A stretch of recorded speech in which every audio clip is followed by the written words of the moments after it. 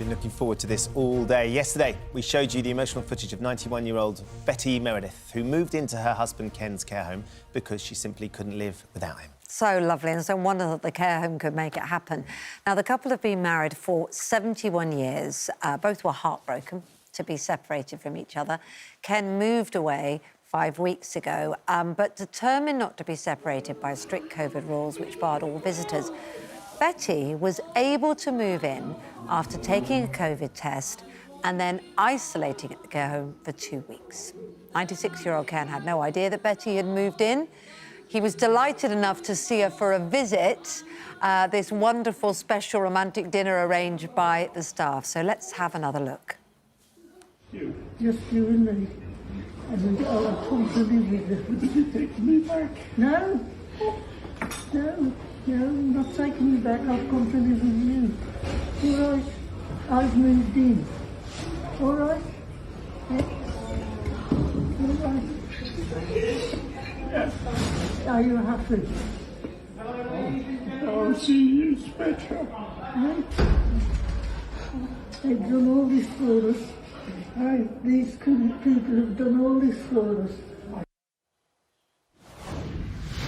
So wonderful and still very much together. We're now joined by Betty and Ken and Customer Services Manager Judy Faulkner from Broadview Care Home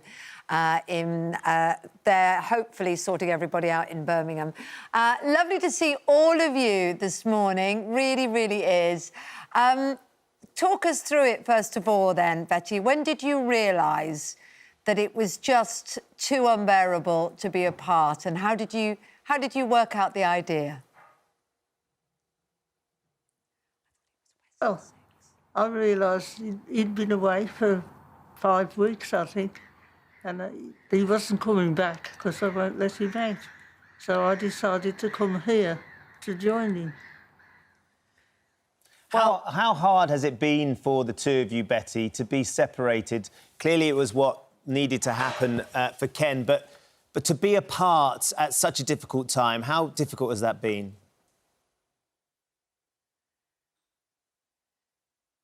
How difficult was it for you, Betty, to be apart from Ken? Oh, very difficult, very difficult. Because we missed each other so much. I bet you did. So you've been... As a rule. So you've been married for 71 years. I think known each other even longer. Can you remember when you first met? When I first met him, that was when we worked at the same place. And I met him there. And what was he like, Betty? What was it that first attracted you to him? I just liked the look of him. Good enough. Good enough. I think it's such a difficult time for so many of us to see our family members, and it's not always the older family members that are having to stay in care homes. Lots of people getting in touch saying that have brothers and sisters or other family members that are younger than Betty and Ken. But Judith, how difficult has it been for you as staff members and clearly you've made an extraordinary thing happen here for Betty and Ken, to see the family, other family members, not be able to hold the residents of your care home, and for you lot to have to take that responsibility?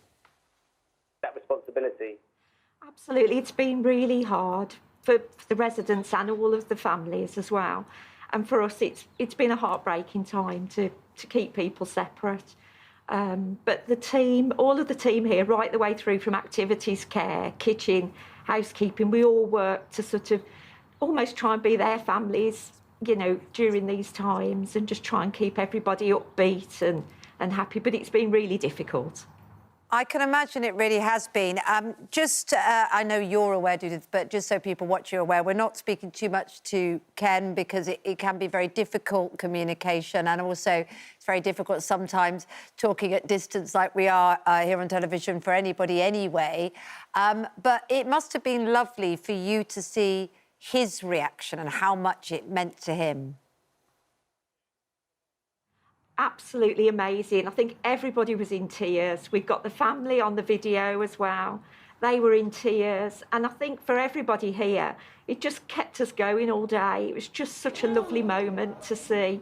You know, we were all in on the surprise, and we were just dying to see his face when he came round the corner, and just to see him, it was wonderful, absolutely wonderful. It was just such a lovely bright light at the end of what's been a really hard year.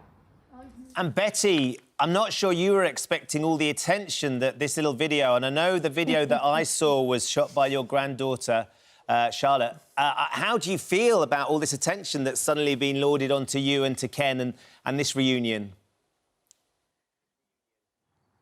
Well, I didn't know what all the fuss was about at the beginning, because we hadn't done anything, only been married a long while.